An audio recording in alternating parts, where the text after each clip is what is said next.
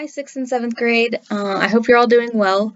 For today's drawing assignment, we are going to be using something like a magazine or a catalog or a newspaper or like a photograph or just anything that's like a printed picture. You could print out a picture if you want, and if you don't have access to any of these, don't worry.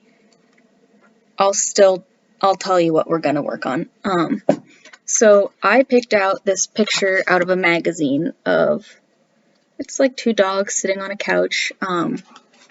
Also be sure if you take a magazine from your house to ask permission that you can cut out a picture and use it. You don't want to use someone else's property without asking permission. So anyways, I cut out this picture and I'm going to cut it in half because what we're going to be doing is using half of it for a reference and then drawing in the other half. So you're going to be able to use your cut off piece as a reference and also the clues from the piece that you saved to interpret and draw.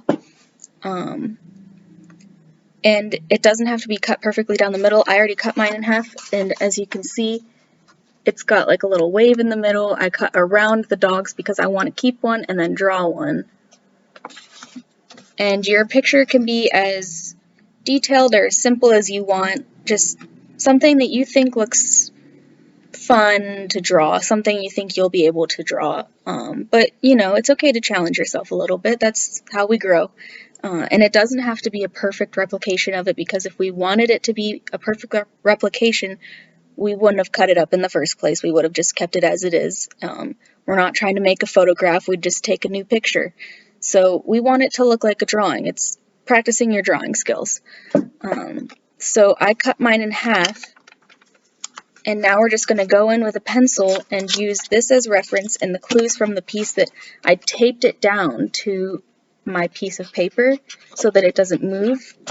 You could glue it down, tape. If you don't have either of those, you can just hold it in place, which works just as fine, or you can put something on it to hold it down, something that's heavier.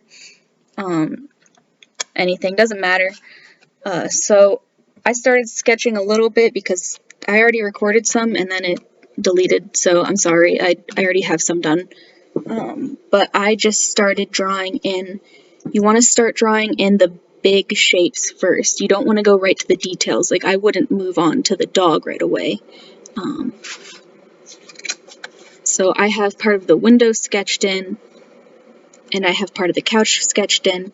And something that I noticed when sketching in the table, you want to make sure that your lines, the straight lines that are vertical, which means like up and down, are going to be perfectly straight, so they'll be parallel with the edge of your paper.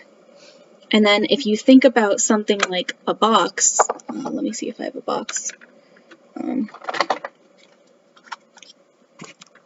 So this is a rectangle. These sides are parallel, and then these sides are also parallel. But say I turn it at an angle, it obviously doesn't look like a perfect rectangle anymore, but this side is still parallel with this side, and this side is still parallel with this side. And notice how these lines are pointing straight up and down, like I mentioned. So this table is a perfect rectangle, but it doesn't look like it because it's at an angle. So I want to remember that this line, let me turn it around for you.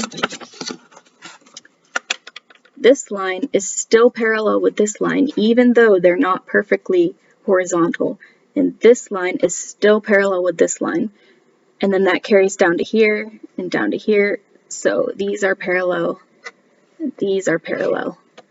So that's just something to think about if you have any perfectly square objects in your drawing.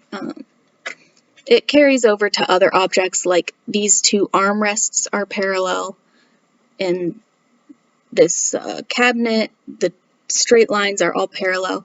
So you want to think about that. That's what makes perspective look more realistic than just any old drawing. You want it to look all parallel and in perspective. So try and remember that. If it's not perfect, like I said earlier, that's fine. We're not making a photocopy of it. It's just our best guess. And obviously I can tell mine's already not perfect, which I'm okay with. I'm just practicing. So I'm going to continue my parallel lines. It doesn't have to be perfect, I'm just guessing that that's about parallel, and I'm going to carry this line down. And I drew it a little bit too long, so I'm going to erase the edge. In this one, you can lift up your pencil and you can erase. That's perfectly fine. I'm just always referencing my cutoff piece and the one that I saved, and all my parallel lines.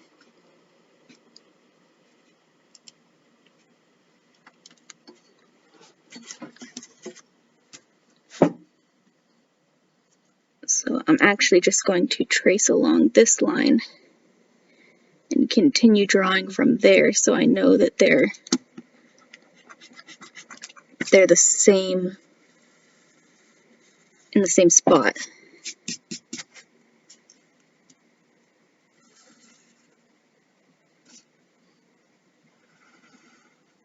There, and all three of those lines were parallel, so that was pretty easy to draw in there.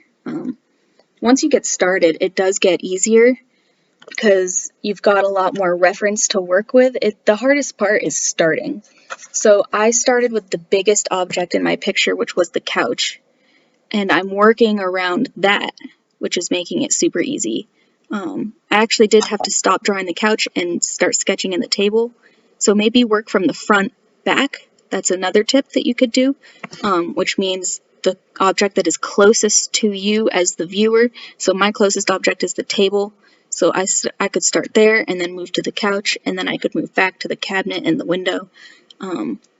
There's really no wrong answer. It's just practice.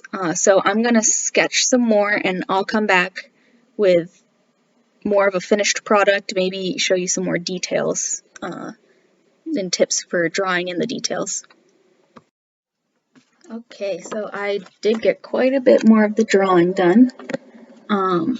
I definitely had to improvise in some places that are a little different from this because I didn't really measure, but my guesstimating measurements were a little off, and that's okay. See, the door is a little bit closer to the window than in the actual picture, and in this picture the cabinet goes off the page and this one doesn't. So there's a couple small differences, but that's really okay. You don't have to worry about things like that. So I drew in some details, but I saved the pillows and the dog and some of the carpet for you to watch. I'm a little nervous to draw the dog because, I don't know, I feel like animals are a little bit harder. I don't know. So we'll see how it goes. Okay, so I think I'm going to draw the pillows first. So this first pillow is back here, right in line with the top of the couch, and it comes down and you can't see all of it. It's behind the armrest, so I just stopped there. And then it continues down here. It goes like that, and obviously I'm going to have to erase this corner because it's covered by this pillow, if you can see in the picture, but that's okay for now. So I'm going to draw the other pillow,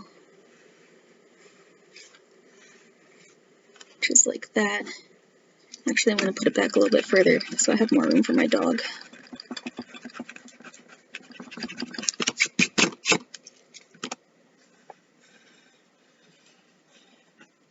There we go.